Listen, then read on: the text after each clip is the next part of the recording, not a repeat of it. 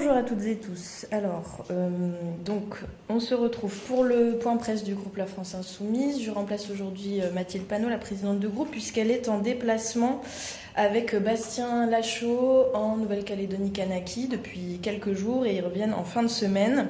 C'est un dossier qui est évidemment très important pour nous et ils tenaient tous les deux, au nom du groupe parlementaire, à être sur place puisque aujourd'hui on commémore l'anniversaire, si je puis dire, le 1 an des révoltes qui ont commencé le 13 mai 2024 en Nouvelle-Calédonie-Kanaki, avec évidemment une présence sur place, puisque 13 personnes à l'époque sont mortes durant ces révoltes. Aujourd'hui encore, il y a des prisonniers politiques qui sont emprisonnés sur le territoire hexagonal, donc à plus de 17 000 km de chez eux.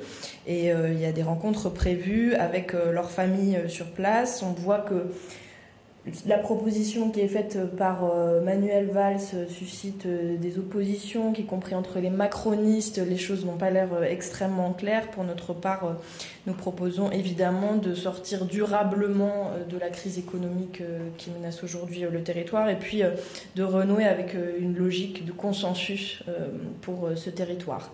Donc ça, c'est pour le déplacement de la présidente Panot. Je reviens sur la semaine dernière qui a été marquée, mais je laisserai Thomas Porte en parler, pour nous par une grande manifestation ce dimanche contre l'islamophobie et contre toutes les formes de racisme. Il y a eu plusieurs milliers de personnes qui étaient rassemblées à Paris, des rassemblements dans tout le pays, qui ont montré que très largement le peuple français refuse la division, refuse les logiques de haine, refuse le racisme, l'antisémitisme, l'islamophobie. Et donc c'était un moment important pour nous, notamment au moment où le ministre Retailleau fait son beurre médiatique de la dissolution d'Urgence Palestine, de la dissolution de la Jeune Garde. Et c'était des mobilisations qui se sont extrêmement bien déroulées et qui étaient évidemment très importantes symboliquement. Je fais un petit point sur la situation internationale puisqu'elle est, préoccupante et elle est prépondérante dans l'actualité. D'abord sur la situation en Ukraine puisque cette semaine, peut-être a priori le 15 mai en Turquie, aura lieu une rencontre entre des délégations russes et ukrainiennes pour des négociations directes sur le conflit, ce qui est une première depuis 2022.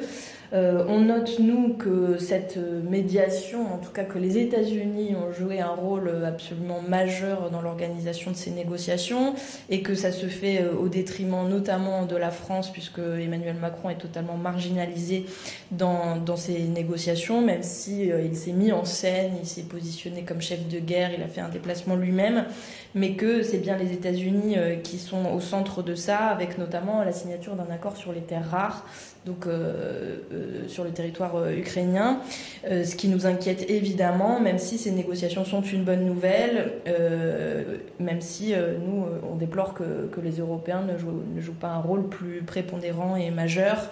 On demande toujours évidemment un accord de paix, un cessez-le-feu pour que cessent les morts. On demande également l'amnistie des déserteurs et des conditions négociées pour une paix durable dans cette région.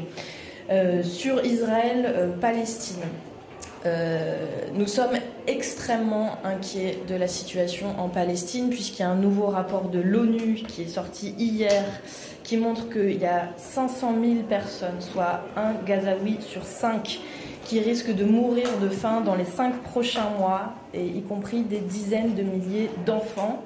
Je vous invite à regarder ce rapport comme nous avons pu le faire, puisqu'il est absolument terrible. On note quand même certains bougés sur la position diplomatique de la France, notamment le fait que le ministre Barrot a estimé qu'il était légitime de demander la révision de l'accord entre l'Union européenne et Israël. Pour notre part, nous l'avons demandé depuis 2 ans et par ailleurs, nous avions déposé une proposition de loi sur ce sujet dont nous demandons l'inscription à l'ordre du jour. Il y a déjà un outil législatif tout prêt par le groupe de la France Insoumise.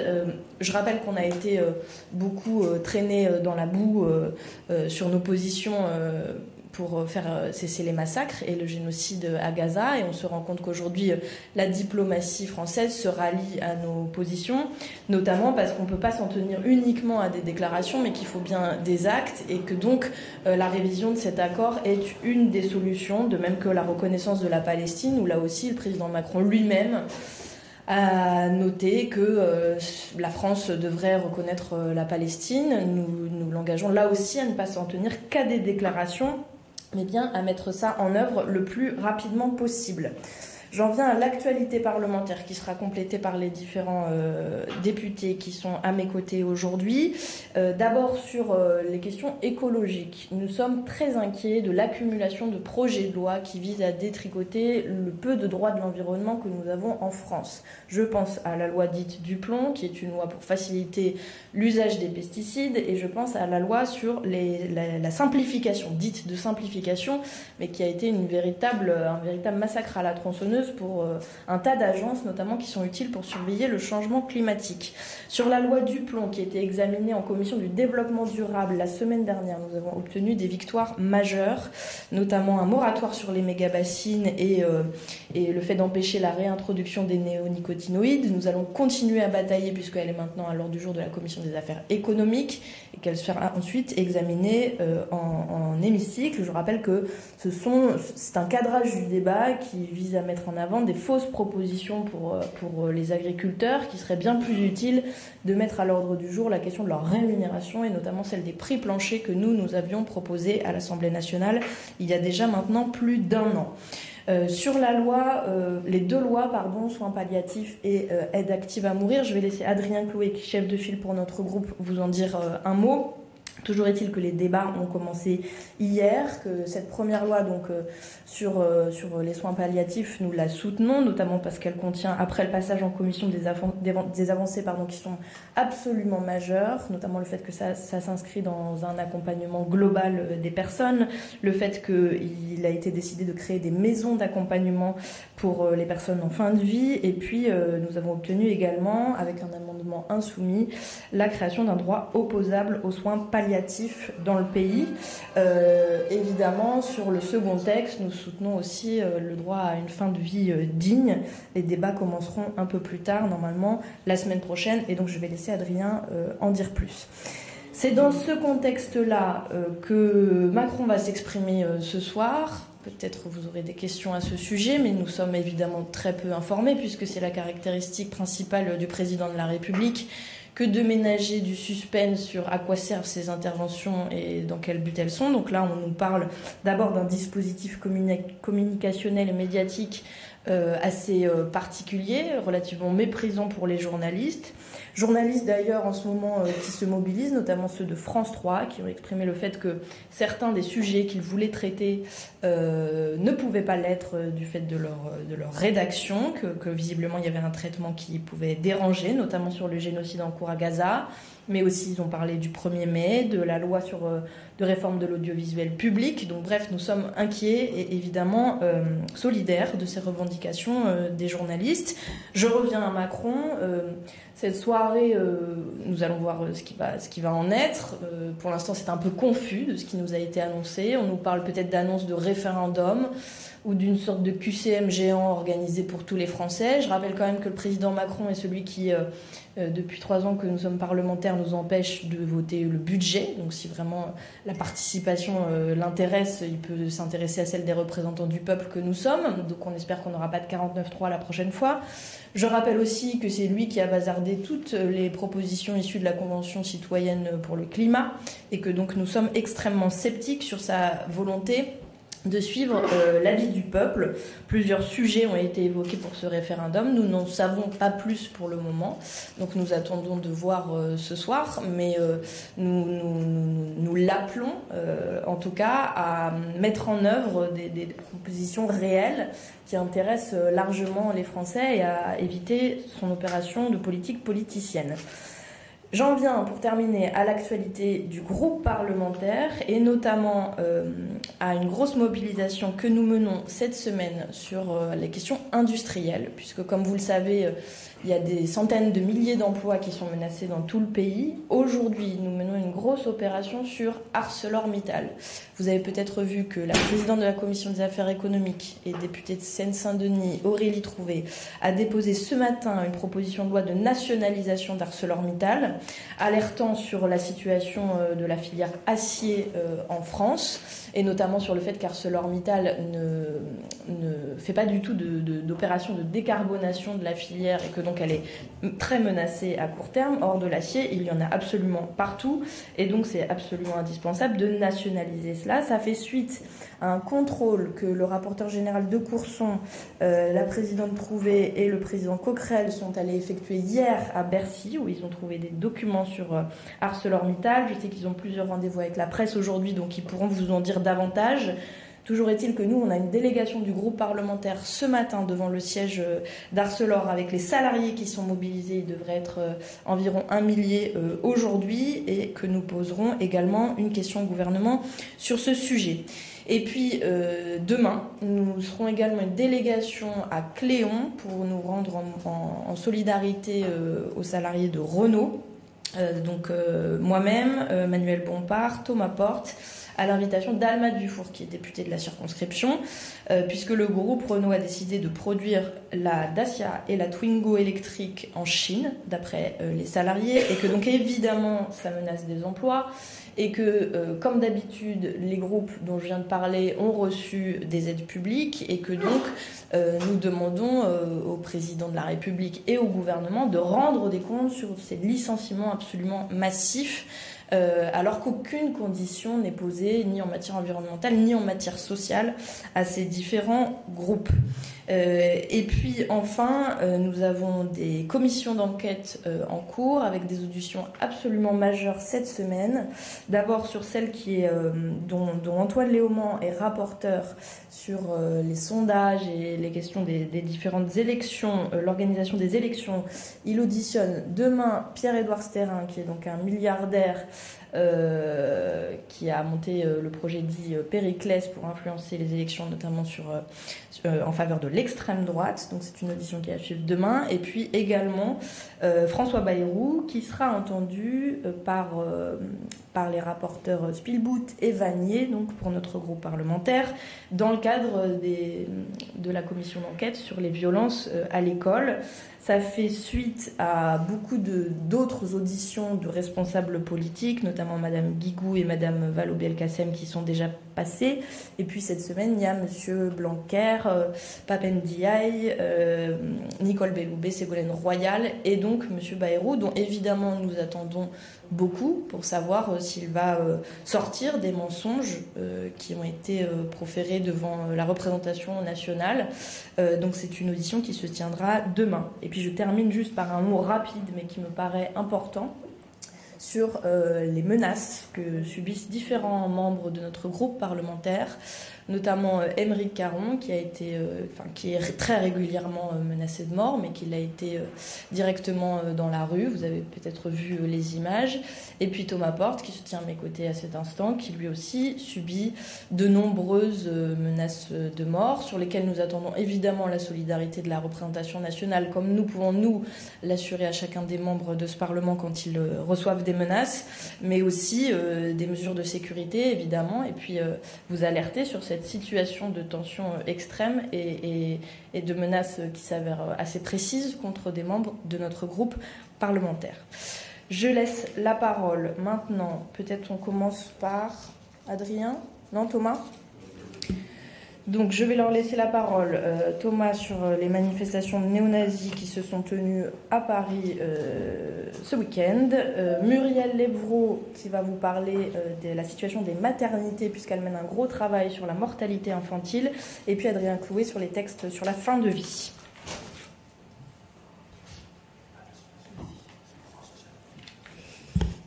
Bonjour à toutes et à tous.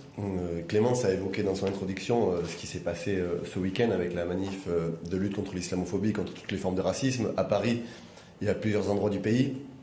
des manifestations qui ont été nombreuses et qui témoignent d'une unité du peuple contre ce qui est aujourd'hui en train de se passer, c'est-à-dire un climat raciste et islamophobe entretenu au plus haut niveau de l'État, notamment par le ministre de l'Intérieur Bruno Retailleau.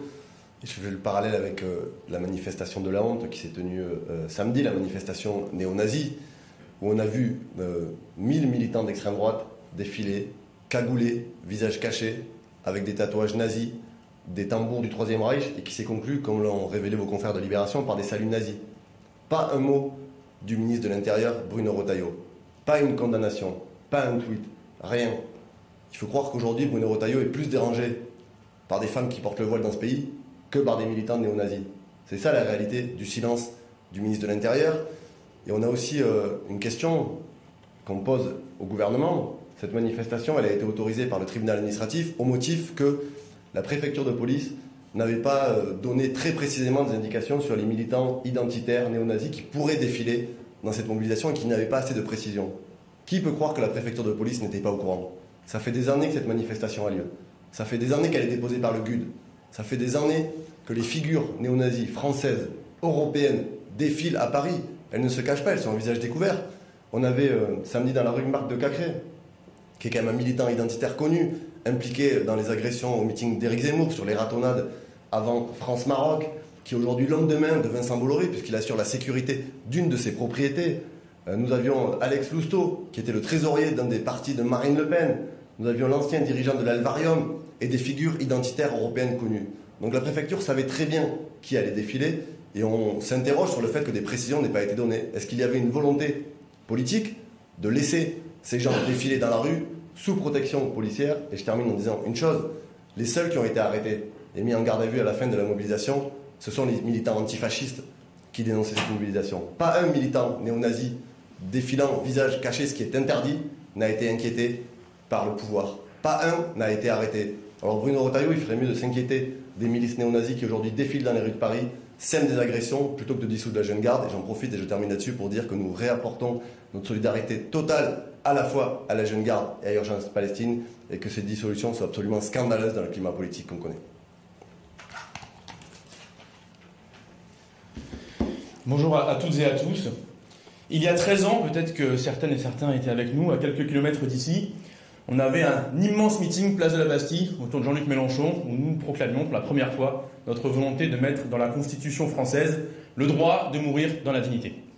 Revendication historique de notre camp social qui remonte aux Lumières, parce que nous estimons, nous, insoumises et insoumis, que l'être humain est maître et souverain sur son propre corps, et que cette revendication qui s'exprime par exemple dans le droit de choisir ses traitements ou dans le droit à l'interruption volontaire de grossesse doit également s'exprimer dans le droit d'éteindre la lumière lorsqu'on le souhaite, et surtout d'être maître de ses propres souffrances. Être maître de ses souffrances, ça signifie avoir un droit inconditionnel à la prise en charge dans des soins palliatifs au niveau maximum de ce que la science et les soins savent faire, et lorsqu'on ne veut plus, lorsqu'on ne peut plus, pouvoir bénéficier du droit à partir, parce que les douleurs qu'on éprouve, qui sont réfractaires, la maladie qu'on connaît, qui est insurmontable, qui est inguérissable, nous mène à une mort dans une souffrance abominable dont on ne veut pas.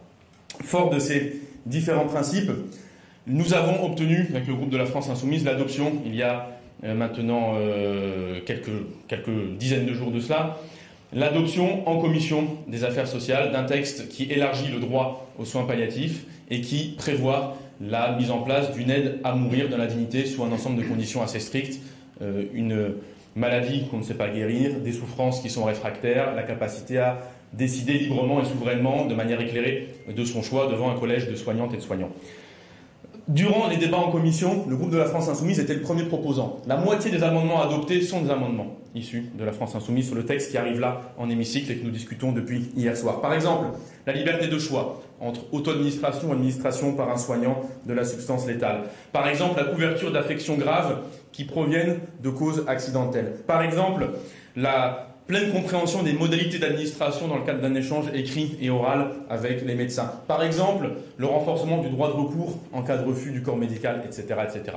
Donc ce texte, nous l'avons coécrit notamment avec la rapporteure Élise Leboucher. Nous continuerons le débat dans cet hémicycle et nous continuerons à avoir des propositions claires et précises qui visent à sécuriser le parcours des personnes qui ont besoin de soins palliatifs, sécuriser l'accès au droit à mourir dans la dignité et évidemment sécuriser les soignantes et les soignants qui souhaiteraient, nous rappelons que c'est une faculté, il y a une clause de conscience, mais qui souhaiteraient contribuer à cela.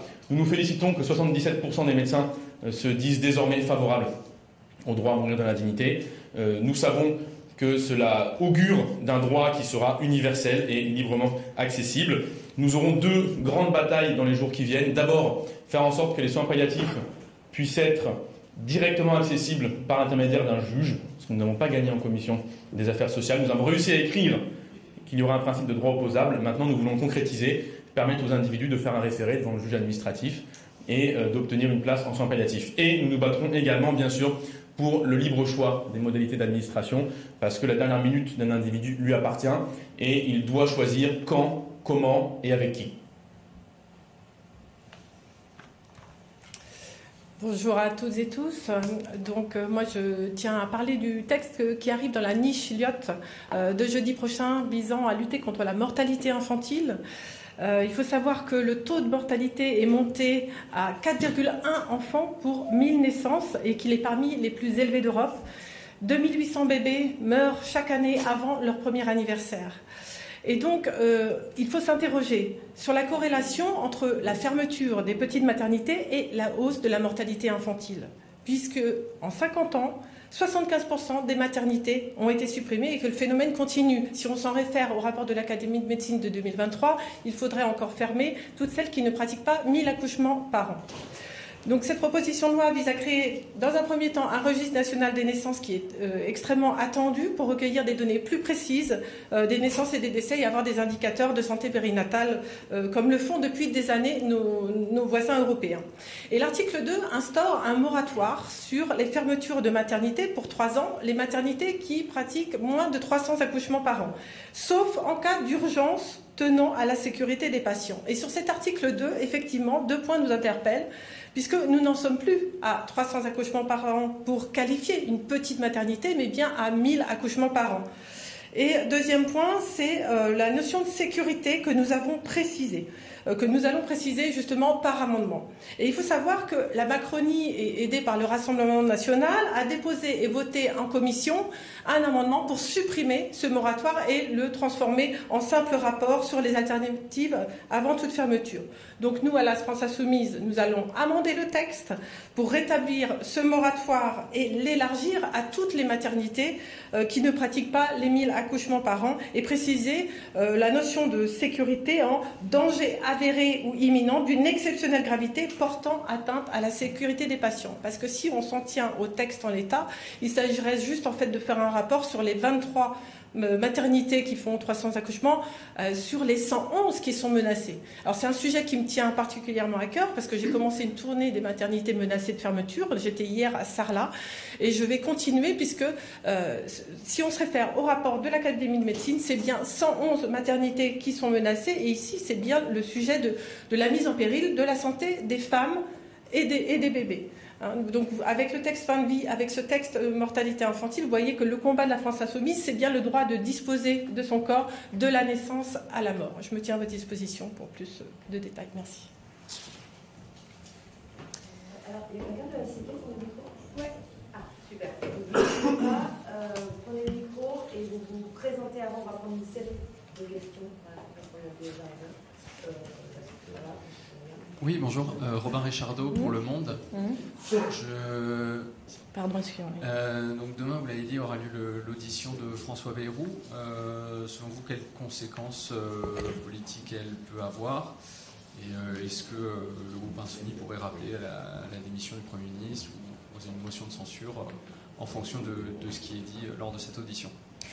C'est une audition qui va être très suivie, mais pas que par le groupe parlementaire de la France Insoumise. Comme vous le savez, Paul Vannier est en binôme avec Violette Spielbout sur cette commission d'enquête qui est très importante.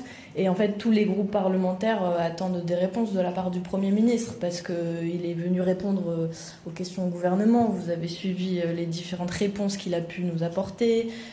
Certains de vos confrères ont montré qu'il avait menti. Et donc, ce que nous attendons de cette audition, c'est qu'il sorte des mensonges et qu'il puisse répondre à la représentation nationale national sur ce dont il était informé, ce qu'il a pu faire ou ne pas faire, etc. Et donc, oui, tous les groupes parlementaires, mais dont le nôtre, vont être extrêmement attentifs à cette audition pour voir s'il y a lieu de donner des suites politiques après ça. J'ai noté ici, là et là-bas, et on fait les trois. Ah oui, d'accord, pardon, ok. Aurélien Devernois de RFI, j'ai deux questions. Alors, une question complémentaire sur Betaram. Est-ce que vous ne craignez pas que cette audition tourne au procès de François Bayrou ? Et la deuxième question concerne l'intervention d'Emmanuel Macron ce soir. Il est susceptible d'annoncer un référendum. C'est un mode de scrutin que vous plébiscitez plutôt. Est-ce que vous accueilleriez avec satisfaction l'idée de renvoyer un certain nombre de questions devant les Français ?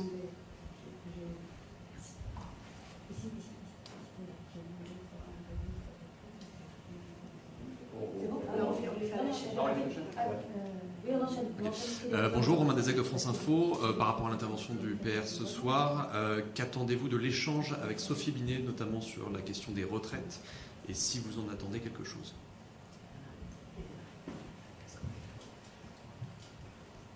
Merci, bonjour. Adrien Brachier, Le Point. On est à bientôt une semaine de la parution du livre La Meute, qui a bénéficié d'une forte visibilité médiatique, c'est le moins qu'on puisse dire. Est-ce que vous craignez que ça affaiblisse votre mouvement, ou est-ce que vous pensez qu'au contraire, ce genre de séquence peut ressouder votre électorat autour de vous ? Il n'y en a pas d'autres ? Super. Alors, sur Betaram, votre question c'était est-ce que ça va virer au procès de M. Bayrou ? De fait, c'est une commission d'enquête parlementaire. Donc les parlementaires viennent poser les questions qu'ils ont à poser. C'est une commission d'enquête dans laquelle les parlementaires font un énorme travail. Les deux rapporteurs ont recueilli des milliers de pages de documents. Ils sont allés effectuer des contrôles sur pièce et sur place dans différentes institutions.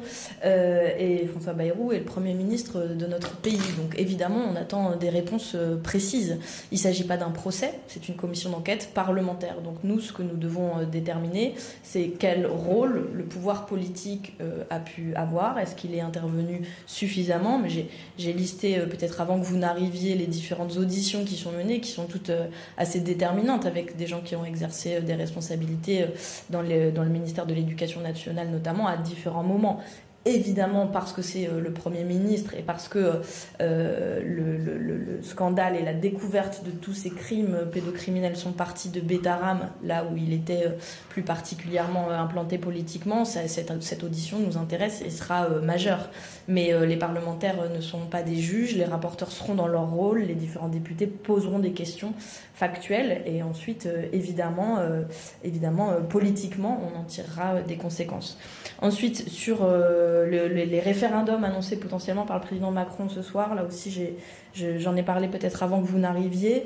Je pense que comme tous les Français, nous n'attendons pas grand-chose de cette soirée. On a le sentiment qu'Emmanuel Macron est un peu perdu, puisque politiquement, il n'y a pas de réformes véritablement d'ampleur qui peuvent être menées dans le pays, puisqu'il n'a pas de majorité à l'Assemblée nationale. Et donc, que la lecture principale qui peut en être faite, c'est qu'il se met en scène, comme il l'a déjà fait à plusieurs reprises, avec un dispositif dont j'ai parlé qui est quand même assez particulier, notamment vis-à-vis des journalistes. C'est un peu particulier, en tout cas pour nous, qui ne soient pas interrogés, notamment par davantage de journalistes. Et pour ce qui est de nos attentes, pour l'instant, on s'en tient comme vous à des bruits, c'est-à-dire qu'on nous a parlé peut-être d'un référendum sur les conseillers territoriaux, peut-être sur la fin de vie, alors même que les parlementaires sont en train d'examiner 2 textes de loi actuellement, ce qui nous paraît quand même assez particulier. Et peut-être qu'il cédera aussi aux sirènes de la droite ou de l'extrême droite, comme il le fait habituellement, sur des sujets comme l'immigration, la sécurité. Bref, nous n'en savons rien. Toujours est-il que sur ce mode de consultation, j'ai dit mon scepticisme sur le fait que le président Macron, tout d'un coup, serait adepte de la participation populaire et de la démocratie, compte tenu des 7 ans que nous venons de vivre, sur ces utilisations obsessionnelles du 49.3 pour empêcher les parlementaires de voter, sur ce qu'il a fait des résultats de la Convention citoyenne pour le climat, sur de manière générale la façon dont les Français ont été écoutés. Peut-être peut-on penser au cahier de doléances des Gilets jaunes. Toujours est-il que nous allons attendre voir déjà la forme. Si c'est un article 11, je rappelle que ça doit être adossé sur un projet de loi. pour que le président puisse faire ce référendum. Si c'est davantage un QCM, pour le moment, a priori, ça n'a aucune valeur législative ou constitutionnelle particulière. Donc, quelles vont être les suites politiques accordées à cette consultation ? Voilà, on est dans l'expectative, le flou. Je trouve ça un peu... je trouve qu'il y a un peu de cynisme politique, en tout cas, dans cette tentative de reprise en main médiatique du président de la République. Et puis j'espère que ça ne détournera pas l'attention médiatique non plus de tout ce que nous avons à traiter. Évidemment, l'action du gouvernement, évidemment sur le plan industriel, je vous l'ai dit, nous menons une grosse opération parce qu'il y a des milliers d'emplois qui sont en danger. Donc voilà, il y a aussi d'autres choses dont nous devons nous occuper. Et je termine juste sur le type de référendum. Nous sommes pour le RIC. Donc la possibilité que ce soit les gens, le peuple lui-même qui puisse proposer des sujets. Ça n'est pas la même chose que d'imposer un sujet et d'exiger une réponse par le président de la République. Et puis enfin, pour terminer, sur le livre est paru en effet, donc La Meute est paru depuis maintenant une semaine et quelques. Il a fait l'objet d'un plan médiatique conséquent. Et donc, pour l'avoir lu, ou en tout cas en diagonale, parce que c'est quand même relativement long et poussif, il ne contient que une suite de ragots. Nous avons relevé énormément de mensonges sur le plan très factuel. Ils ont été relevés par différentes personnes qui étaient citées dans ce livre. Quant à craindre un affaiblissement du mouvement, je crois qu'on en est très loin. Eu égard à la participation de ce dimanche dans les mobilisations populaires et aux différents rendez-vous du mouvement, honnêtement, ça n'est pas notre considération centrale dans notre activité du moment. Voilà. Excusez-moi, l'échange avec Sophie Binet sur la réforme des retraites. Ah pardon, oui, j'ai oublié l'échange avec Sophie Binet. Je vous ai dit ce que j'en pensais globalement. Il est évident que pour nous, le sujet de la réforme des retraites est un sujet majeur politiquement et qu'on a essayé de l'amener à l'Assemblée nationale. Je sais d'ailleurs que le groupe GDR va lui aussi essayer d'amener l'abrogation de cette réforme des retraites à l'Assemblée nationale. Et on sait qu'à l'époque, 9 actifs sur 10 et plus de 70% des Français y étaient radicalement opposés. Donc j'imagine que Sophie Binet va interroger le président de la République là-dessus, et j'imagine, en tout cas, comme il en a fait un totem pour abîmer le peuple français, j'imagine qu'il ne reviendra pas sur ce sujet. En tout cas, c'était ses déclarations jusqu'ici. Il n'est jamais trop tard pour changer d'avis et consulter le peuple français sur ce sujet. Voilà, merci beaucoup.